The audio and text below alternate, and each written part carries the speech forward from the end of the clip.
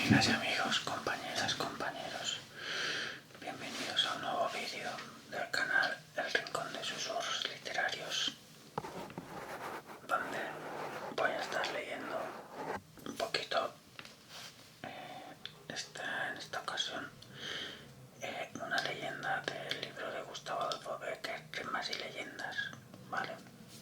Este libro pues lo compré en Amazon. Os dejo un enlace en la descripción, es un enlace de afiliado. Entonces si por lo que sea compras a través de ese enlace, pues yo recibo una pequeña ganancia, ¿vale? Para lo que sea, comprar más libros, por ejemplo. Vale, bueno.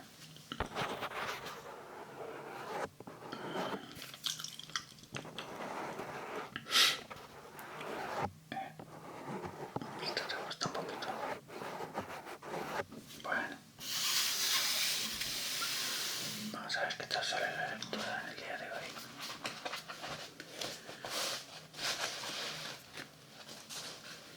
Pues hoy nos toca el lomo.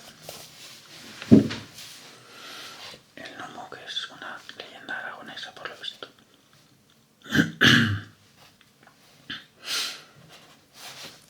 Bueno, pues te invito a que te quedes. Si eres nuevo por aquí, te invito a que te quedes y si te gusta el contenido, pues te suscribas, actives la campanita y dejes un like y un me gusta y un buen comentario, ¿no? Dándome tu opinión o lo que sea que quieres dejar ahí. Pues sí, yo los leo todos. Cuando tengo tiempo voy contestando, ¿vale? Pues esta leyenda tiene bastantes páginas.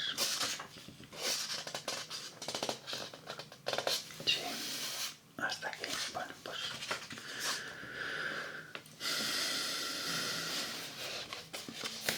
voy a ello, ¿vale? No me enrollo más. Bueno, el lomo, leyenda aragonesa. Esta leyenda apareció en América el 12 de enero de 1863. Parece que Bécquer escribió esta pieza literaria con precipitación, pues denota falta de unidad. Se reúne en ella una introducción costumbrista de tintes idealizados, el viejo con las mozas del lugar, el cuento del pastor que penetra en la cueva de los gnomos, la diversa fortuna de Marta, la audaz, y Magdalena, la tímida, y la historia del rey de Aragón que salvó el reino con un tesoro procedente de las misteriosas cuevas. Todo este cúmulo de argumentos se articula en razón de su relación con unos seres, los gnomos, que se sitúan en las estribaciones del Moncayo, dentro de la montaña. Bécquer se vale de los gnomos, seres creados por la fantasía medieval de origen cabalístico, y que dentro de las entrañas de la tierra guardan los metales, las piedras preciosas y los tesoros. Estos seres se corresponden en las creencias folclóricas europeas con los lotins franceses, y los que menciona Bécquer puede que los haya tomado de los duendes del Pirineo, Betis, Minairons, etc. Son de pequeño tamaño y, como escribe Bécquer, pueden cambiar el aspecto humano por el de los reptiles de las cuevas o los fuegos fatuos. Junto a este fondo folclórico, Bécquer pudo inspirarse también en uno de los cuentos de Les Fées de Charles Perrault, traducidos al español en 1852, el de las hermanas que van a la fuente.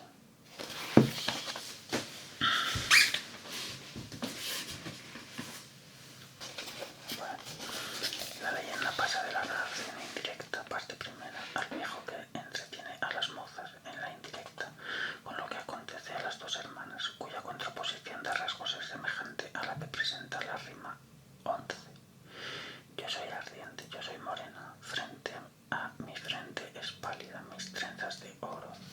Las dos hermanas mantienen su disparidad, que se prolonga luego en la parte dialogada entre los elementos de la naturaleza.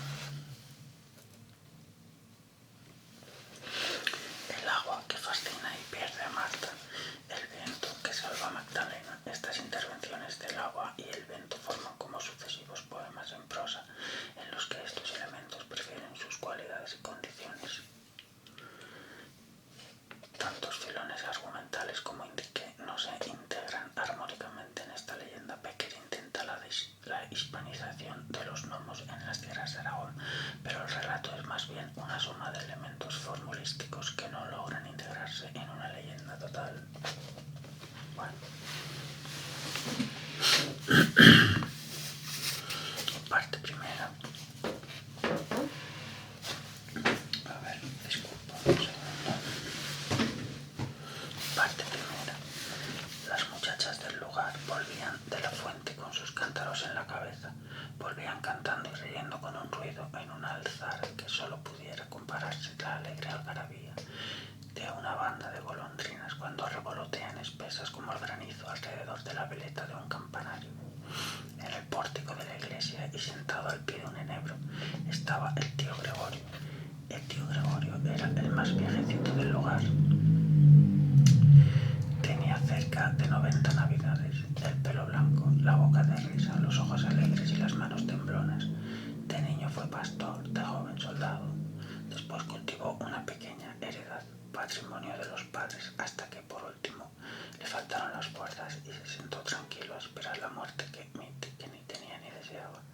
Nadie contaba un chascarrillo con más gracia que él, ni sabía historias más estupendas, ni traía a cuento tan oportunamente un refrán, una sentencia o un adagio. Las muchachas al verle apresuraron el paso con ánimos de irle a hablar, y cuando estuvieron en el pórtico, todas comenzaron a suplicarle que les contase una historia con lo que entretener el tiempo que aún faltaba para hacerse de noche, que no era mucho, pues el sol poniente hería de soslayo la tierra y las sombras de los montes se dilataban por momentos a lo largo de la llanura. El tío Gregorio escuchó sonriendo la petición de las muchachas, las cuales, una vez obtenida la promesa de que se refería a alguna cosa, dejaron los cántaros en el suelo y, sentándose a su alrededor, formaron un coro, en cuyo centro quedó el viejecito que comenzó a hablarles de esta manera. No os contaré una historia porque, aunque se me acuerdan algunas en este momento, atañen a cosas tan graves que ni vosotras, que sois unas locuelas, me prestaríais atención para escucharla, ni a mí, por lo avanzado de la tarde, me queda espacio para referirla. Os daré en su lugar un consejo. Un consejo, exclamaron las muchachas con aire de visible mal humor. Bah, no es para oír consejos para lo que hemos detenido. Cuando nos haga falta ya nos lo dará el señor cura. Prosiguió el anciano con su habitual sonrisa y su voz cascada y temblona, que el señor cura acaso no sabría daroslo en esta ocasión tan oportuno como os lo puede dar el tío Gregorio, porque él, ocupado en sus rezos y letanías, no habrá echado como yo de ver que cada día vais por agua a la fuente más temprano y volvéis más tarde.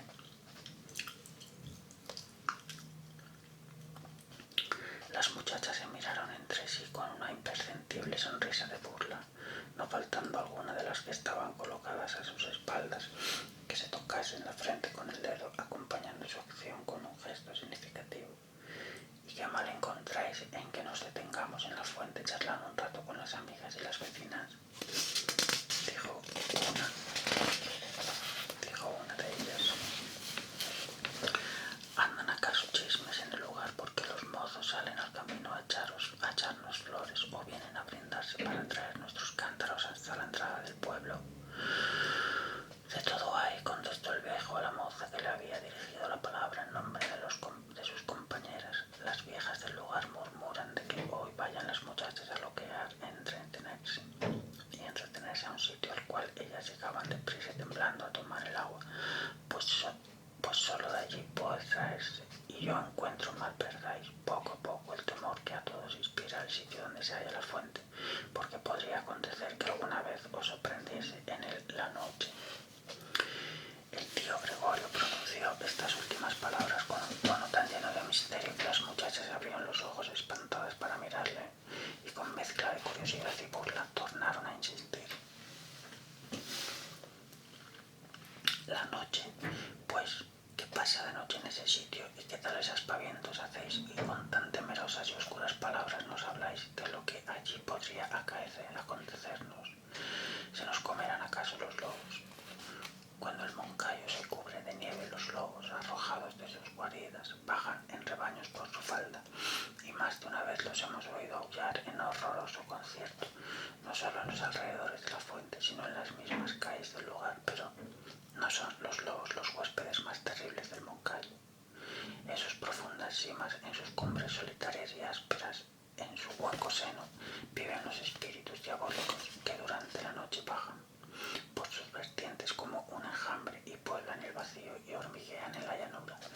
y saltan de roca en roca, juegan entre las aguas o se mecen en las desnudas ramas de los árboles. Ellos son los que aúllan en las grietas de las peñas, ellos los que forman y empujan esas inmensas bolas de nieve que bajan rodando desde los altos picos y arrollan y aplastan cuanto encuentran a su paso. Ellos los que llaman con el granizo a nuestros cristales en las noches de lluvia y corren como llamas azules ligeras sobre el haz de los pantanos. Entre estos espíritus que, arrojados de las llanuras por las bendiciones y los exorcismos de la Iglesia, han ido a refugiarse a las crestas inaccesibles de las montañas, los hay de diferente naturaleza y que, al parecer a nuestros ojos, se revisten de formas variadas. Los más peligrosos, sin embargo, los que se insinúan con dulces palabras en el corazón de las jóvenes y las deslumbran con promesas magníficas, son los gnomos. Los gnomos viven en las entrañas de los montes, conocen sus caminos subterráneos y eternos guardadores de los tesoros que encierran, velan día y noche junto a los veneros de los metales y las piedras preciosas. Veis, prosiguió el viejo, señalando con el palo que le servía de apoyo la cumbre del moncayo que se levantaba a su derecha, destacándose oscuro y gigantesco sobre el cielo violado y brumoso del crepúsculo. ¿Veis esa inmensa mole coronada aún de nieve? Pues en su seno tienen su morada esos diabólicos espíritus. El palacio que habitan es horroroso y magnífico a la vez. Hace muchos años que un pastor, siguiendo a una res extraviada, penetró por la boca de una de esas cuevas, cuyas entradas cubren espesos matorrales y cuyo fin no ha visto ninguno. Cuando volvió al lugar estaba pálido como la muerte, había sorprendido el secreto de los gnomos, había respirado su envenenada atmósfera y pagó su atrevimiento con la vida, pero antes de morir refirió cosas estupendas. Andando por aquella caverna adelante había encontrado al fin unas galerías subterráneas e inmensas, alumbradas con un resplandor dudoso y fantástico, producido por la fosforescencia de las rocas, semejantes allí a grandes pedazos de cristal, cuajado en mil formas caprichosas y extrañas. El suelo, la bóveda y las paredes de aquellos extensos salones, obra de la naturaleza, parecían jaspeados como los mármoles más ricos, pero las vetas que los cruzaban eran de oro y de plata, y entre aquellas vetas brillantes se veían como incrustadas multitud de piedras preciosas de todos colores y tamaños. Allí había jacintos y esmeraldas en montón, y diamantes, rubíes y zafiros y qué sé yo, otras muchas piedras desconocidas que él no supo nombrar, pero tan grandes y tan hermosas que sus ojos se deslumbraron al contemplarlas. Ningún ruido exterior llegaba al fondo de la fantástica caverna, solo se percibían a intervalos unos gemidos largos y lastimosos del aire que discurría por aquel laberinto encantado, un rumor confuso de fuego subterráneo que hervía comprimido y murmullos de aguas corrientes que pasaban sin saberse por dónde. El pastor, solo y perdido en aquella inmensidad, anduvo no sé cuántas horas sin hallar la salida, hasta que por último tropezó con el nacimiento del manantial cuyo murmullo había oído. Este brotaba del suelo como una fuente maravillosa, con un salto de agua coronado de espuma que caía formando una vistosa cascada y produciendo un murmullo sonoro al alejarse, resbalando por entre las quebraduras de las peñas. A su alrededor crecían unas plantas nunca vistas, con hojas anchas y gruesas, las unas delgadas y largas como cintas flotantes, las otras medio escondidos entre aquella húmeda frondosidad, discurrían unos seres extraños, en partes hombres, en partes reptiles, o ambas cosas a la vez, pues transformándose continuamente. Ahora parecían criaturas humanas deformes y pequeñuelas, ora salamandras luminosas o llamas fugaces que danzaban en círculos sobre la cúspide del surtidor, allí agitándose en todas direcciones, corriendo por el suelo en forma de enanos repugnantes y contrahechos, encaramándose por las paredes, babeando y retorciéndose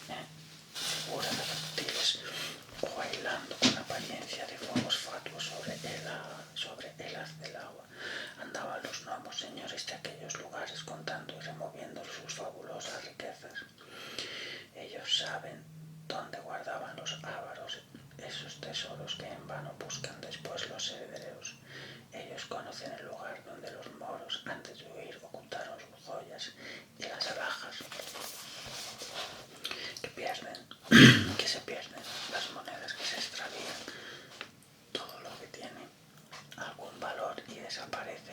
Ellos son los que buscan, lo encuentran y lo roban para esconderlo en sus guaridas, porque ellos saben andar todo el mundo por debajo de la tierra y por caminos secretos e ignorados. Allí tenían, pues, hacinados un montón de toda clase de objetos raros y preciosos. Había joyas de un valor inestimable, collares y gargantillas de perlas y piedras finas, ánforas de oro de forma antiquísima, llenas de rubíes, copas cinceladas, armas ricas, monedas con bustos y leyendas imposibles de conocer o descifrar, tesoros, en fin, tan fabulosos e inmensos que la imaginación apenas puede concebirlos, y todo brillaba a la vez, lanzando unas chispas de colores y unos reflejos tan vivos que parecía como que todo estaba ardiendo y se movía y temblaba. Al menos el pastor refirió que así le había parecido.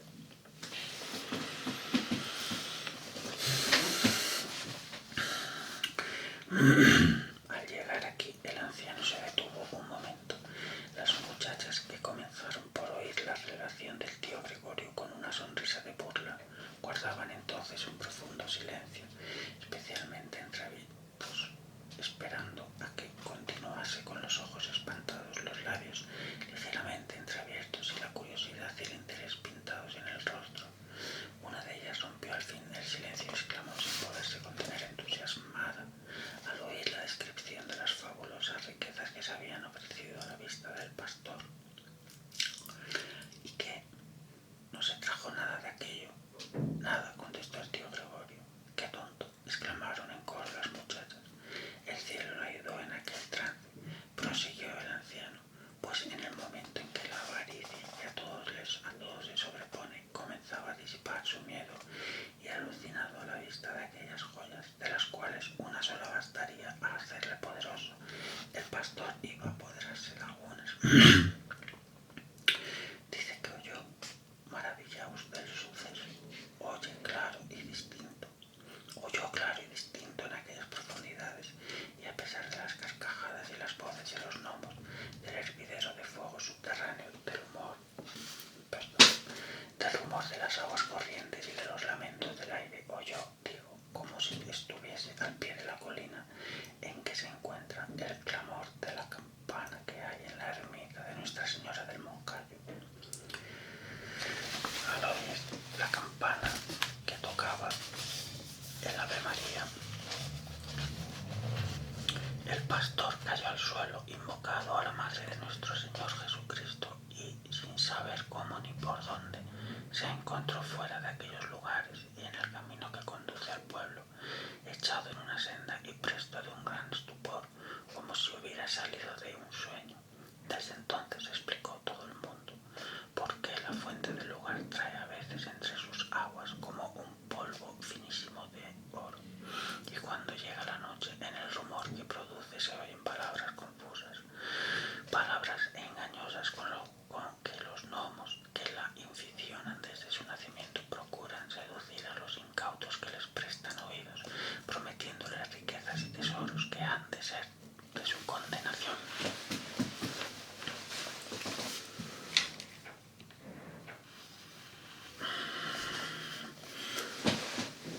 Cuando el tío Gregorio llegaba a ese punto de su historia, ya la noche había entrado y la campana de la iglesia comenzó a tocar las oraciones. Las muchachas se presignaron devotamente, murmuraron en un Ave María en voz baja, y después de despedirse del tío Gregorio, que les tornó a aconsejar que no se perdieran el tiempo en la fuente, cada cual tomó su cántaro y todas juntas salieron silenciosas y preocupadas del atrio de la iglesia, ya lejos del sitio en que encontraron al viejecito, y cuando estuvieron en la plaza del lugar donde habían de separarse, exclamó la más resuelta y decidida: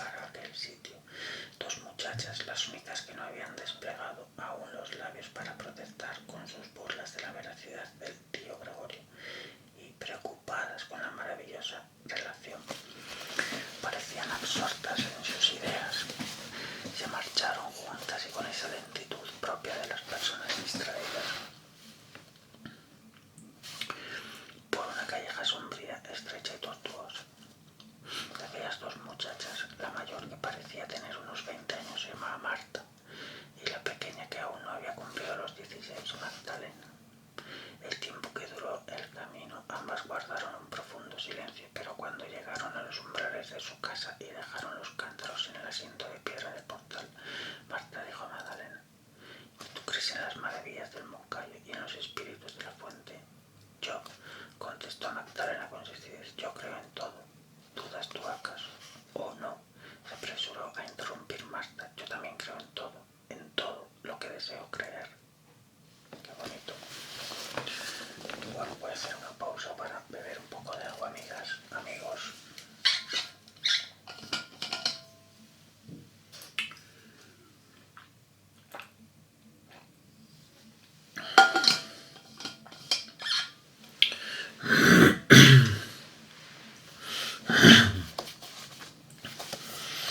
Bueno, parte segunda. Vale. Marta y Magdalena eran hermanas, huérfanas desde los primeros años de la niñez. Vivían miserablemente a la sombra de una parienta de su madre que las había recogido por caridad y que a cada paso les hacía sentir con sus dicterios y sus humillantes palabras el peso de su beneficio. Todo parecía contribuir a que se estrechasen los lazos del cariño entre aquellas dos almas hermanas, no solo por el vínculo de la sangre, sino por los de la miseria y el sufrimiento. Y sin embargo, entre Marta y Magdalena existía una sorda emulación, una secreta antipatía, que solo pudiera explicar el estudio de sus caracteres, tan en absoluta contraposición como sus tipos. Marta era altiva, vehemente en sus inclinaciones y de una rudeza salvaje en la expresión de sus afectos. No sabía ni reír ni llorar, y por eso ni había llorado ni reído nunca. Magdalena, por el contrario, era humilde, amante, bondadosa, y en más de una ocasión se la vio llorar y reír a la vez como los niños. Marta tenía los ojos más negros que la noche, y de entre sus oscuras pestañas diríase que a intervalos saltaban chispas de fuego como de un carbón ardiente. La pupila azul de Magdalena parecía nadar en un fluido de luz dentro del cerco de oro de sus pestañas rubias, y todo era en ellas armónico con la diversa expresión de sus ojos. Marta, enjuta de carnes, quebrada de dolor, de estatura esbelta, movimientos rígidos y cabellos crespos y oscuros que sombreaban su frente y caían por sus hombros como un manto de terciopelo, formaba un singular contraste con Magdalena, blanca, rosada, pequeña, infantil en su fisionomía, y sus formas, con unas trenzas rubias que rodeaban sus sienes, semejantes al nimbo dorado de la cabeza de un ángel. A pesar de la inexplicable repulsión que sentían la una por la otra, las dos hermanas habían vivido hasta entonces en una especie de indiferencia que hubiera podido confundirse con la paz y el afecto. No habían tenido caricias que disputarse ni preferencias que envidiar iguales que la desgracia y el dolor. Marta se había encerrado para sufrir en un egoísta y cautivo silencio, y Magdalena, encontrándose con el corazón de su hermana, lloraba a solas cuando las lágrimas se agolpaban involuntariamente a sus ojos.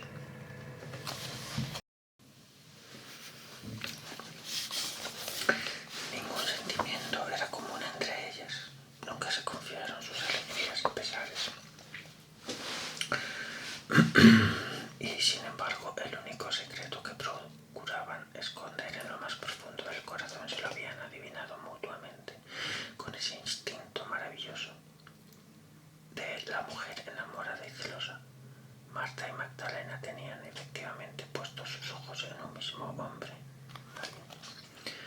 La pasión de la una era el deseo tenaz, hijo de un carácter indomable y voluntarioso, y la otra, el cariño, se parecía a esa vaga y espontánea ternura de la adolescencia que, necesitando un objeto en que emplearse, ama al primero que se ofrece a su vista. Ambas guardaban el secreto de su amor tal vez hubiera hecho mofa de su cariño, que se podría interpretar como ambición absurda en las muchachas plebeyas y miserables. Ambas, a pesar de la distancia que las separaba del objeto de su pasión, alimentaban una esperanza remota de poseerle. Cerca del lugar y sobre un alto que dominaba los contornos había un antiguo castillo abandonado por sus dueños. Las viejas, en las noches de velada, referían una historia llena de maravillas acerca de sus fundadores.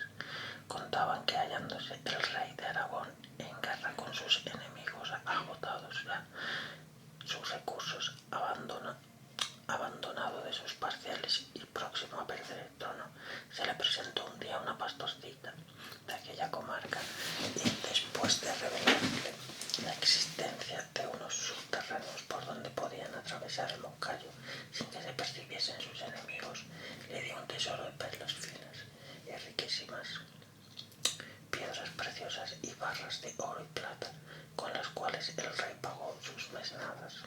Levantó un poderoso ejército y, marchando por debajo de la tierra durante toda la noche, cayó el otro día sobre sus contrarios y los desbarató, asegurando la corona en su cabeza.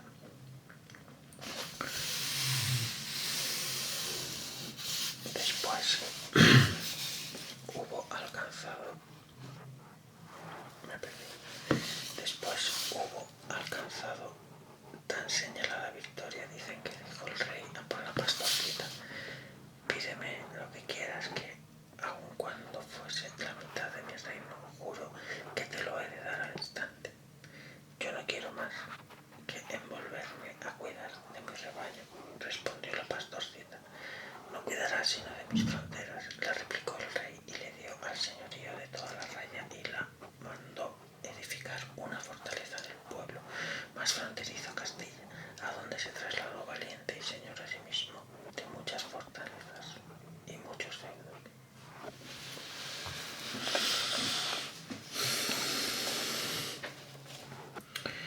La estupenda relación del tío Gregorio acerca de los gnomos del Moncayo, cuyo secreto estaba en la fuente del lugar, exaltó nuevamente las locas fantasías de las dos enamoradas hermanas, completando, por decirlo así, la ignorada historia del tesoro hallado por la pastorcita de la Conseja, tesoro cuyo recuerdo había turbado más de una vez sus noches de insomnio y de amargura, presentándose a su imaginación como un débil rayo de esperanza.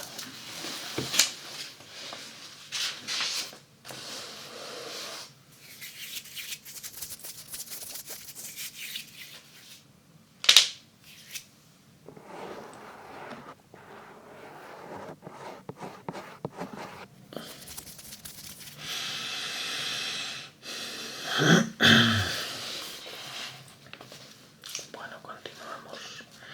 La noche siguiente, a la tarde del encuentro con el tío Gregorio, todas las muchachas del lugar hicieron conversación en sus casas de la estupenda historia que les había referido. Marta y Magdalena guardaron un profundo silencio, y ni en aquella noche ni en todo el día que amaneció después volvieron a cambiar una sola palabra relativa al asunto, tema de todas las conversaciones, objeto de los comentarios de sus vecinas. Cuando llegó la hora de costumbre, Magdalena tomó su cántaro y le dijo a su hermana: «Vamos a la fuente». Marta no contestó y Magdalena volvió a decirle: «Vamos a la fuente. Mira que si no nos apresuramos se pondrá el sol antes de la vuelta». Marta exclamó al fin con acento brevillas: «Pero yo no quiero ir hoy». «Ni hoy tampoco, ni yo tampoco», añadió Magdalena, después de un instante de silencio, durante el cual mantuvo los ojos clavados en los de su hermana, como si quisiera adivinar en ellos la causa de su resolución.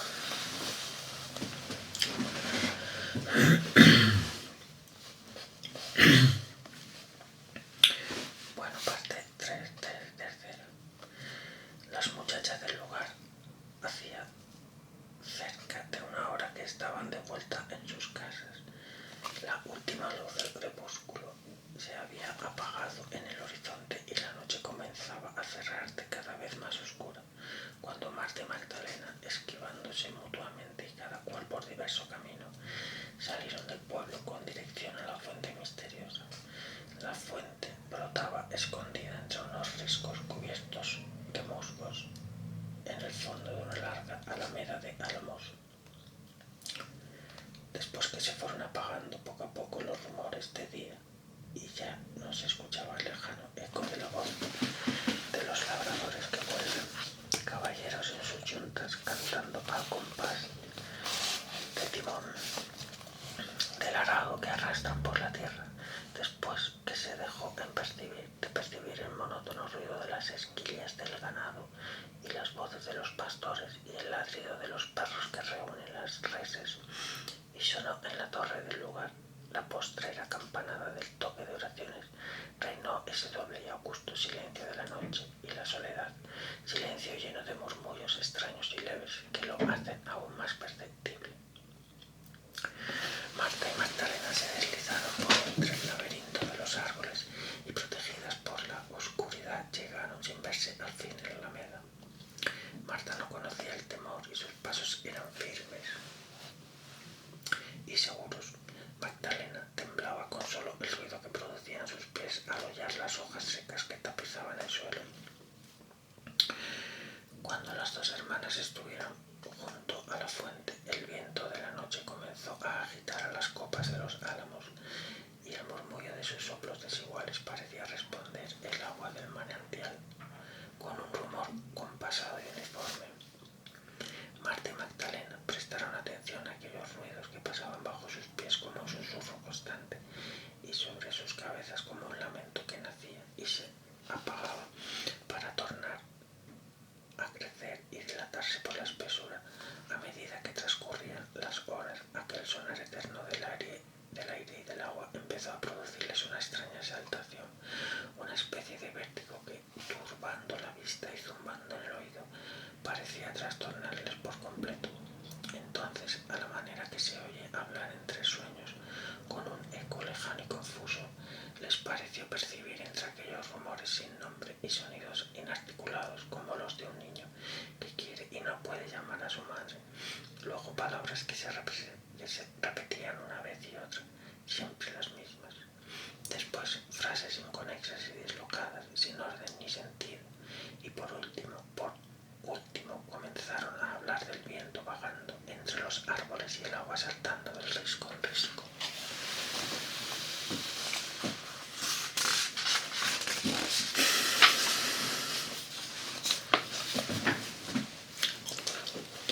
Y hablaban así: el agua, mujer, mujer, óyeme, óyeme y acércate para oírme, que yo besaré tus pies mientras tiemblo al copiar tu imagen en el fondo sombrío de mis ondas. Mujer, óyeme, que mis murmullos son palabras.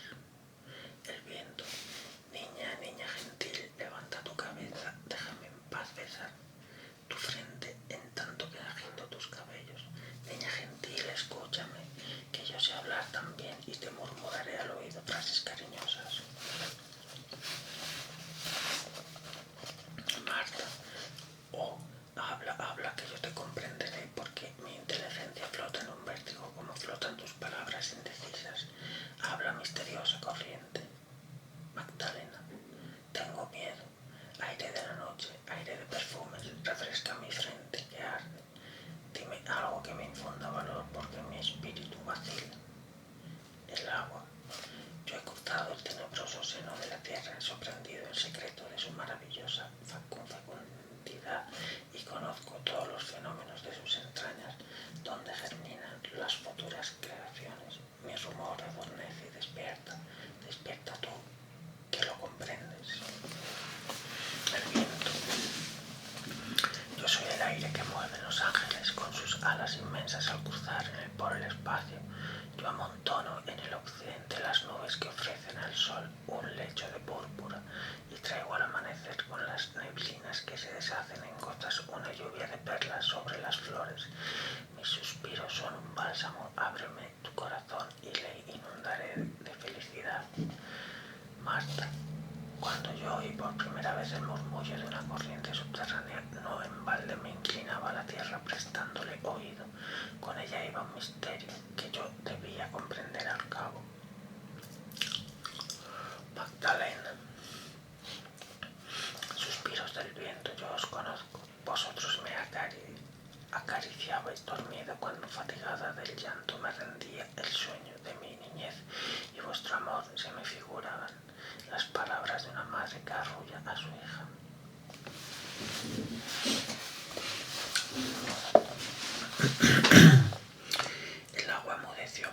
unos instantes y no sonaba sino como agua que se rompe entre peñas. El viento cayó también y su ruido no fue otra cosa que el ruido de hojas movidas. Así pasó algún tiempo y después volvieron a hablar y hablaron así. El agua, después de filtrarme gota a gota a través del filón de oro de una mina inagotable, después de correr por un lecho de plata y saltar como sobre guijarros entre un sinnúmero de zafiros y amatitas, arrastrando en vez de arenas, diamantes y rubíes, me he unido un misterio, consorcio homogéneo, rica con su poder y con las ocultas virtudes de las piedras preciosas y los metales de cuyos átomos vengo saturada. Puedo ofrecerte cuanto ambiciones. Yo tengo la fuerza de un conjuro, el poder de un talismán y la virtud de las 7 piedras y los 7 colores.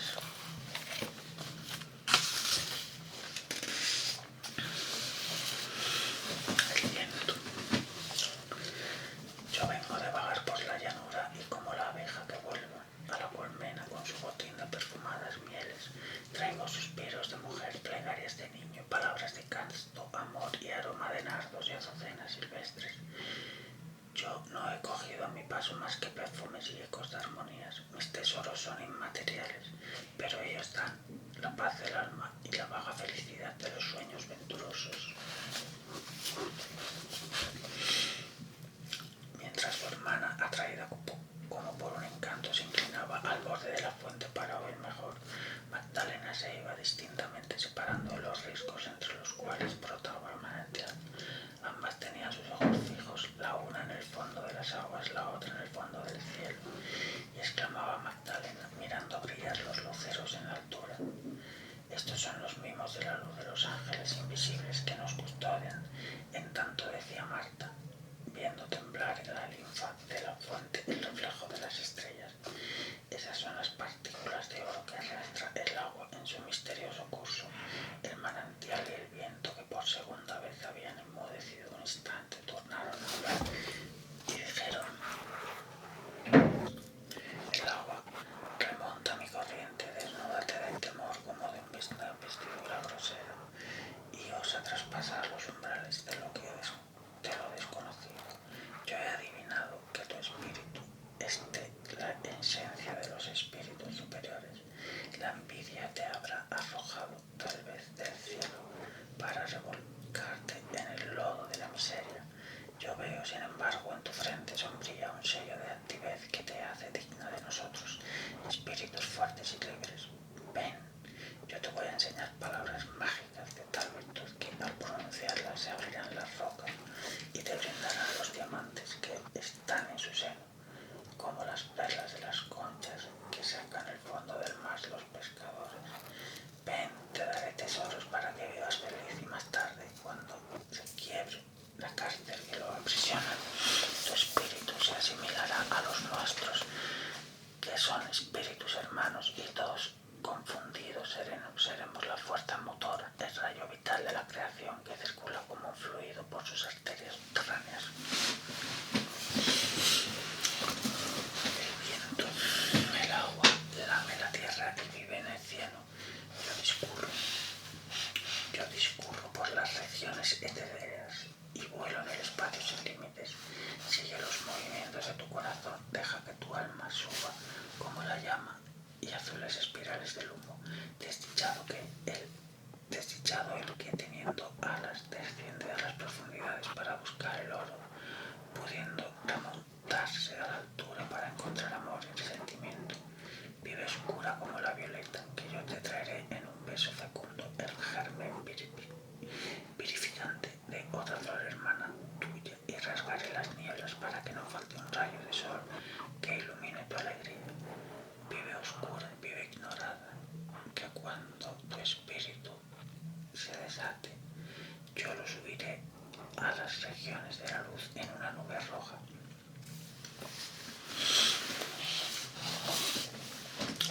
Callaron el viento y el agua y apareció el gnomo. El gnomo era como un hombrecillo transparente, una especie de enano de luz semejante a un fuego fatuo, que se reía a carcajadas sin ruido y saltaba de peña en peña y mareaba con su vertiginosa movilidad. Unas veces profundo como una joya de piedras de 1000 colores. Otras salía a la superficie y agitaba los pies y las manos y sacudía la cabeza a un lado y al otro con una rapidez que tocaba en prodigio.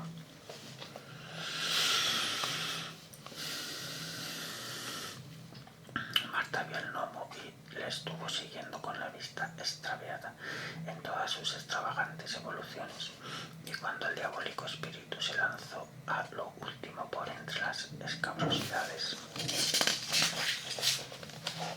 del moncayo, como una llama que corre, agitando su cabellera de chispas, sintió una especie de atracción irresistible y siguió tras él con una carrera frenética. Magdalena, decía en tanto el aire, que se alejaba lentamente, y Magdalena, paso a paso y como una sonámbula guiada en el sueño por una voz amiga, siguió tras la ráfaga que iba suspirando por la llanura. Después todo quedó otra vez en silencio en la oscura alameda, y el viento y el agua siguieron sonando con los murmullos y los rumores de siempre. Cuarta. Magdalena tornó al lugar pálida y llena de asombro. A Marta la esperaron en vano toda la noche. Cuando llegó la tarde del otro día, las muchachas encontraron un cántaro roto al borde de la fuente de la alameda.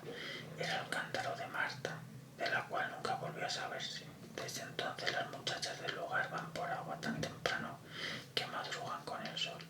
Algunas me han asegurado que de noche se ha oído en más de una ocasión el llanto de Marta, cuyo espíritu vive aprisionado en la fuente.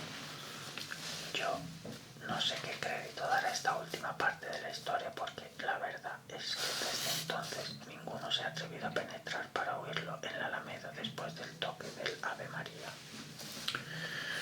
Pues vaya final, amigos, con Marta, vaya liada. Bueno, aquí finaliza la lectura de esta leyenda del gnomo. Y bueno, disculparme por los errores gramaticales, es la primera vez que leo esto, entonces pues bueno, es pequeños fallos, ¿no?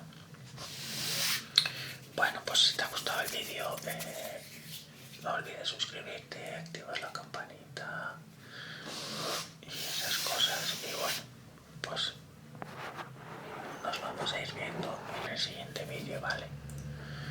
Hasta la próxima, cuídate mucho, vive en paz, sé feliz, chao, chao, chao, chao.